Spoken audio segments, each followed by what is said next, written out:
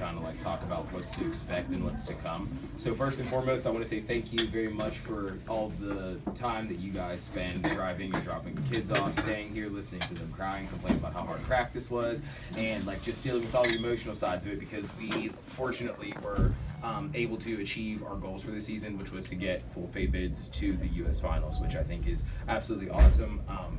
For our 2 full year teams and completely outstanding for our half year teams, because again, like that's not something that we were anticipating or expecting, but like I think that it's absolutely phenomenal, and those kids like fully and truly deserve the opportunity to go down there and to compete on a national level. So kind of the first thing I want to talk to you guys about is that besides our next event, and then I know our half year teams have another event in April, but for the most part, our regular season competitions have kind of come to an end. And so now things are going to be a lot more geared towards like just structured practices and just repetition, doing everything that we can to get the kids prepared. It's nice because the finals isn't until the first weekend in May, so we do have a lot of time to fully prepare ourselves, and I think that that's going to give us enough time to get the kids like where they need to be, and for us to get everything settled and figure out up here. But with that being said, U.S. Finals is a pretty big deal. It's a very large competition. A lot of all-star teams go to the summit, but a lot of the teams that qualify for the summit often can't really afford to go down to the summit, or like things conflict with like school events or certain things happen. So like U.S. Finals is a very, very intense and a very serious competition. It's kind of like the national ones that we've gone to, but it's that much bigger, because again, you have a lot of teams that are able to qualify to go to the summit but that don't, and then a lot of teams that like make this their goal. So needless to say, it's going to be a tough venture, especially for our Youth 1 team. Again, we were kind of like just hoping for the first one we didn't go out and we didn't fall, and then not only did they not fall, but like they showed out and made a really big name for themselves. So like it's I think there's going to be more of an expectation, more of a standard to uphold, and a lot more things that are going to be expected out of the kids. I mean, as far as like our routines are concerned, we're scoring very, very well, but again, like at the national level, we need to be scoring that much better, right? So like we can't afford to have anything that's not in the high range, if anybody like has ever heard me talk about the score sheet.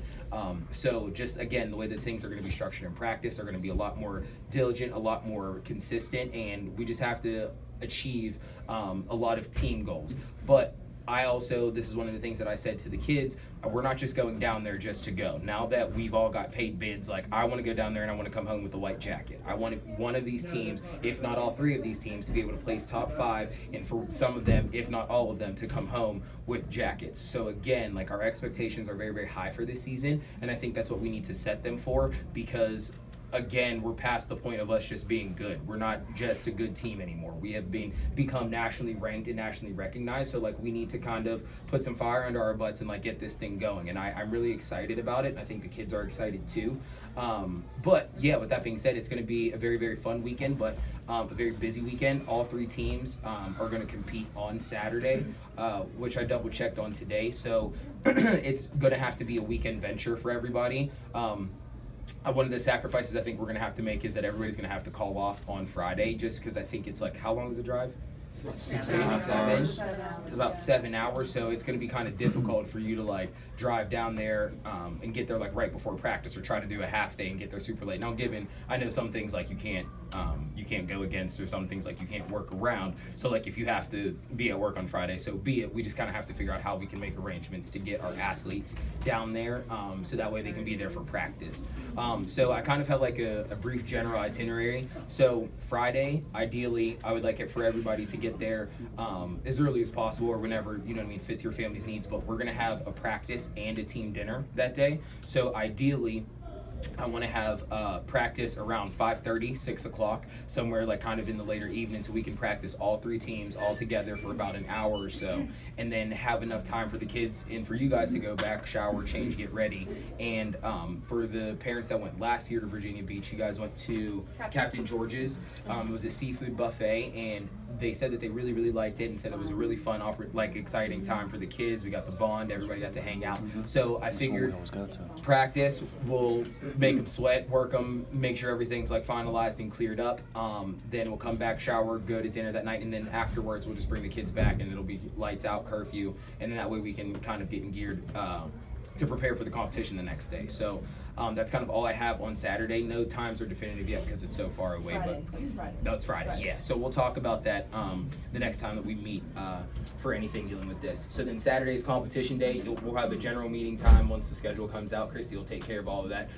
Just because this is our final event, it's mandatory for us to be at every single performance, right? So even if like mini prep happens to get a gold bid and they decide that they want to come, we got to be there at 7 a.m. to watch the mini kids like do high V's and low V's and run around. Like, it's just because the more support that we have, the better. Because again, like as an athlete, and I know this from firsthand, like it doesn't matter if you're killing your routine and you're as clean as possible. If you don't hear a roar, you don't hear people backing you up, you're not going to feel the excitement. And so I think especially for the half year team, having like a full support system is really just going to fire them up. So again, it's mandatory for all of us to watch all three teams. Everybody competes on Saturday. I checked the website. It says adult one-day tickets to the event are $20. So if you're creating a budget for the whole trip, then you can add that into your budget as well. And then the last thing, that this is something that's going to have to be kind of played by ear. I don't know, again, like what all obligations that everybody has. Ideally, if you can, if it's feasible, it would be nice for us all to stay Saturday evening as well and like leave on Sunday, check out Sunday and head home. I want to do pictures with the girls like on the beach after the competition is over. So like knock on wood, we do win and we have white jackets, like we can have a little celebrate, something like organized and planned and celebrate down on the beach. And even if not, just taking pictures like with the groups or like their kids and their stunt groups and with the trophies and with this and just being on the beach. And not to volunteer because she's not here, but Deb is working wonders with this camera that she just got. So like I'm sure that she wouldn't mind to, you know what I mean, take some pictures for us and kind of like just have a little end of the year celebration with the kids. So depending on how the competition schedule is run, we'll do that either Saturday, like by sunset, ideally. But if it takes too long, then we'll plan for Sunday morning before everybody leaves. And it'll be like full uniform. They can wear their hair down or whatever, but just to take pictures with them. And then again, Sunday, we don't have anything that's like mandatory except the possible pictures. And then if you're checking out, we go home that day. Besides that, I only have two other notes. One of them is I want to do a really big send-off for the kids. I think it's going to be nice for them to get in front of a crowd before they go. And two, it'll be an opportunity for us to do like our gift bags or Team Mom Hoop to Laws and this and that. And I think that'll be kind of nice to kind of have a nice gathering here. So it's either going to be on Wednesday, May 2nd or Thursday, May 3rd.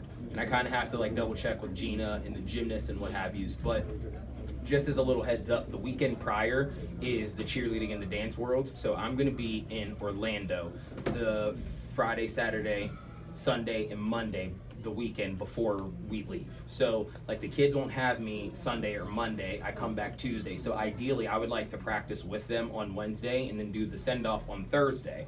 But if it doesn't work out, then there's a possibility that we're going to have to just do it on that Wednesday. So there are several of us leaving Thursday to go down.